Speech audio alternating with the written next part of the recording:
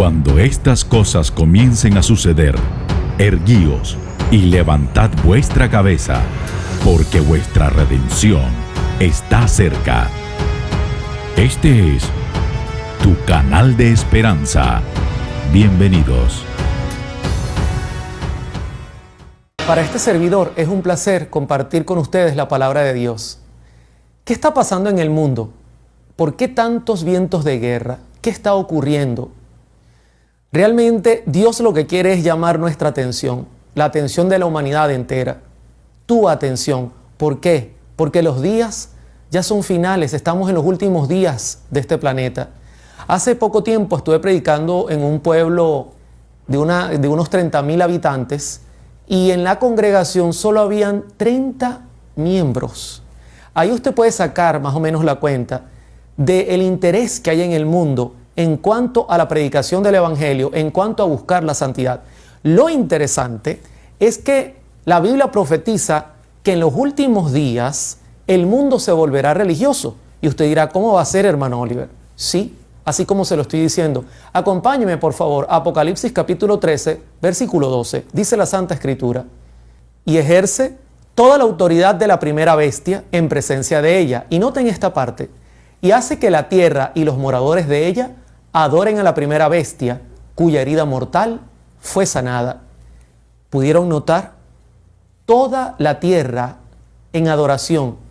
Que toda la tierra adore, dice el pasaje. O sea, en los últimos días, el mundo entero se volverá religioso. Y usted preguntará, ¿y cómo es posible eso, hermano Oliver?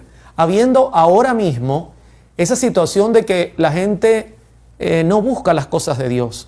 Pues en realidad tiene que venir una gran crisis. Eso es lo que profetiza la Biblia. Tiene que venir una crisis enorme. Hay un sociólogo llamado Michael Barkun que en un libro presenta algunas características en cuanto al patrón de pensamiento. Para que usted tenga idea, hoy día el patrón de pensamiento o el paradigma que tenemos es buscar lo secular, buscar aquellas cosas que el mundo ofrece, la diversión, el pecado y nada espiritual. Este sociólogo, que no escribe para el cristianismo, lo que hace es un estudio, él dice que hay dos formas de que el hombre cambie su patrón de pensamiento. Una de ellas es a través de muchos años, pero sabemos que esa no es nuestra opción, porque todas las señales se están produciendo de manera muy rápida. Ahora, la otra opción que él ofrece y que él presenta después de sus estudios es que venga una gran crisis que cambie el panorama del mundo y entonces la gente de manera inmediata se vuelva religiosa. Quiero compartir dos citas de su libro. Dice: los desastres crean condiciones particularmente propicias para la alteración rápida de los sistemas de creencia.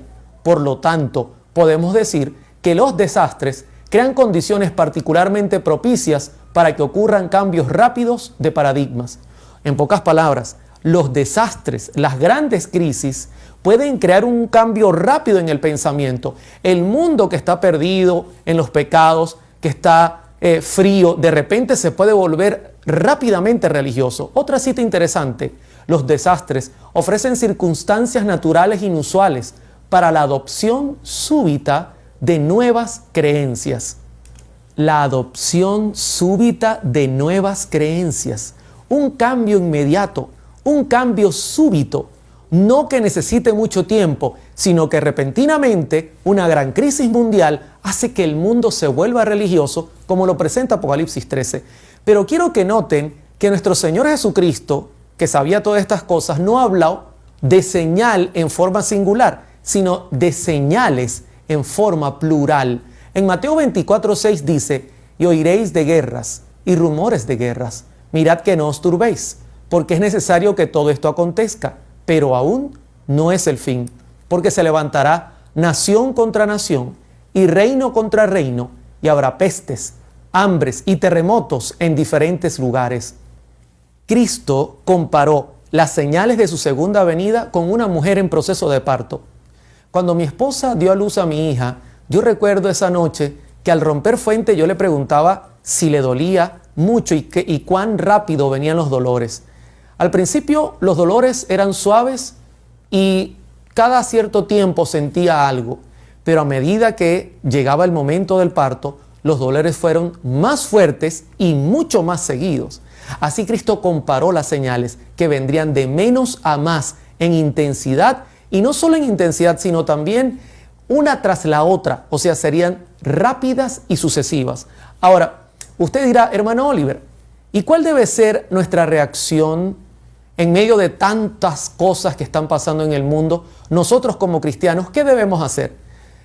Quiero citar Mateo 24:32 y dice la Escritura, de la higuera aprended la parábola.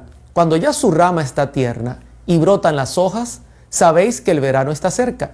Verso 33, así también vosotros, cuando veáis todas estas cosas, conoced que está cerca a las puertas. Como cristianos, todos debemos entender y reconocer que las señales se están apresurando. Y entonces prepararnos cada día. Hay gente que me dice, hermano Oliver, tengo miedo que llegue esa gran tribulación y que yo no la pueda superar. Y siempre les respondo, tu trabajo es superar la prueba de hoy. Si tú pasas la prueba de hoy y te concentras luego mañana en la prueba de mañana y así sucesivamente, cuando llegue el momento de la gran prueba estarás listo y podrás superarla. Ahora, lo interesante es que no solamente nosotros necesitamos prepararnos, sino también advertir al mundo. Y esto es un problema que me tiene muy preocupado, ya que últimamente veo que nuestros sermones parecieran no alertar, parecieran hablar de tranquilidad, hablar de confianza, solo hablar del amor de Dios, de la justicia de Dios, cuando tenemos un mensaje único que predicar. Tenemos una alerta que debemos sonar con fuerza. Así te llamen fanático, así digan que eres un sensacionalista. Tu deber es predicar el Evangelio de Cristo y alertar al mundo que su venida es inminente. Quiero aprovechar y citar lo que vio el profeta Ezequiel en el capítulo 33, verso 6. Pero si el atalaya viere venir la espada y no tocare la trompeta, y el pueblo no se apercibiere, y viniendo a la espada hiriere de él alguno, este fue tomado por causa de su pecado, pero demandaré su sangre de mano del atalaya. Verso 7. A ti, pues, hijo de hombre, te he puesto por atalaya a la casa de Israel, y oirás las palabras de mi boca, y los amonestarás de mi parte.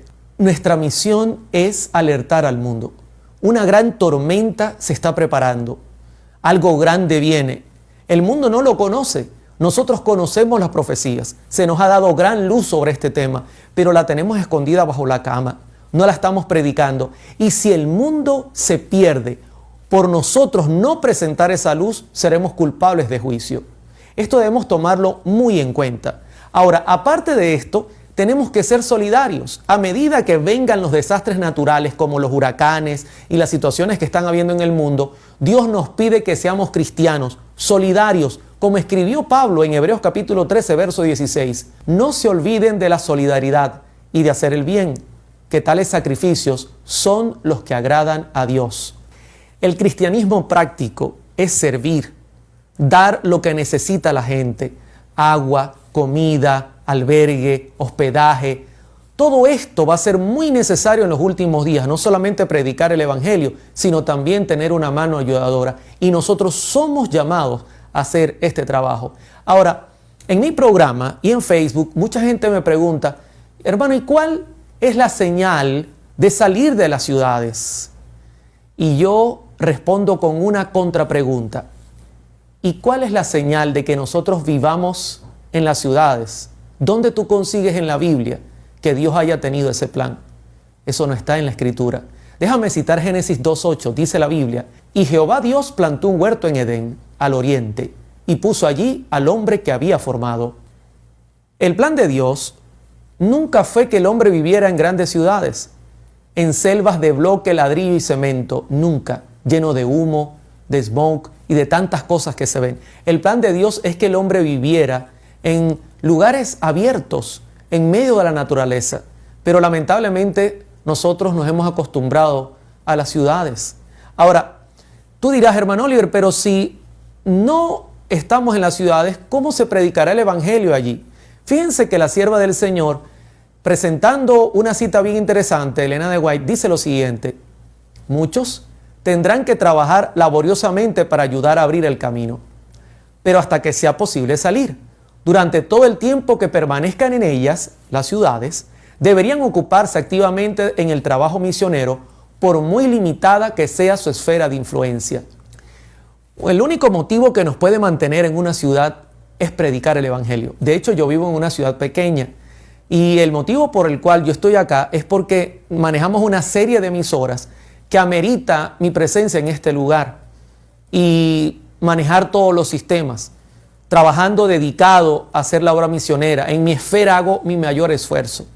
Pero lógicamente el llamado de Dios es que si tú no estás haciendo esto, pues comiences a hacer planes. En otra cita ella dijo: en armonía con la luz que me fue dada, insto a la gente a salir de los grandes centros poblados.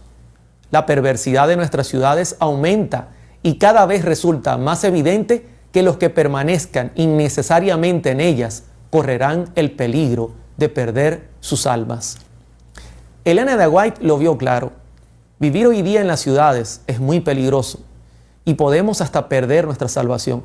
Así que nosotros deberíamos ya tener planes de salir si aún estamos en ellas, de comenzar a prepararnos. Ahora, algunos me preguntan, ¿acaso no es la ley dominical y la unión de la iglesia y el Estado la primera señal que Dios nos da para salir de las ciudades? Déjame decirte que no. Cristo dice en Mateo 24:15, por tanto, cuando veáis en el lugar santo la abominación desoladora de que habló el profeta Daniel, el que le entienda, entonces los que estén en Judea huyan a los montes. En este pasaje en particular, Cristo no dice salid de las ciudades, Cristo dice huyan a los montes. ¿Por qué? Porque la huida es algo urgente, es una emergencia. El mundo ya habrá pasado por ciertos conflictos que habrán devastado buena parte del planeta. Y para colmo, unir la iglesia y el Estado traerá mayor maldición y mayores juicios. Así que el mundo estará en gran catástrofe, en gran crisis. ¿Saben que es difícil? Comenzar a buscar venta de nuestra casa, de nuestros carros, de nuestras cosas en la ciudad para podernos ir a vivir a una montaña. Ese no será un buen momento. El momento es ahora de prepararse. Ahora, ¿qué beneficios traen vivir en el campo?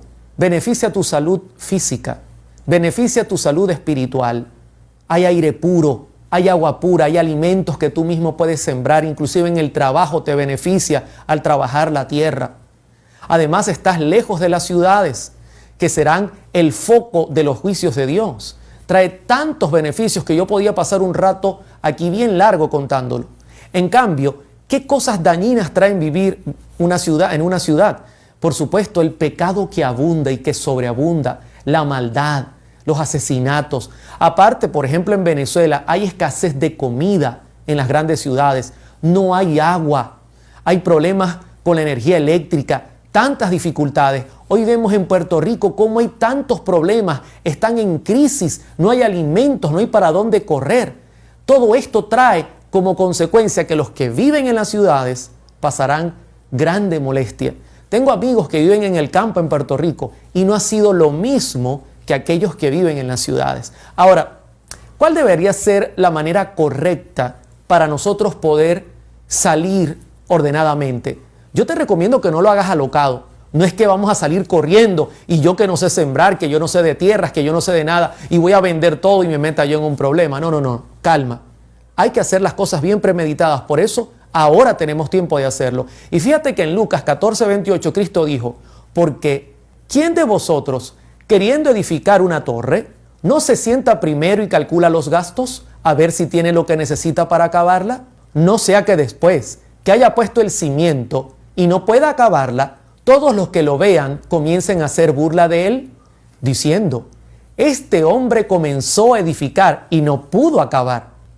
Creo que para ti no es nuevo saber lo que está pasando en el mundo. México en crisis. Huracanes han colapsado parte de Estados Unidos y las islas del Caribe.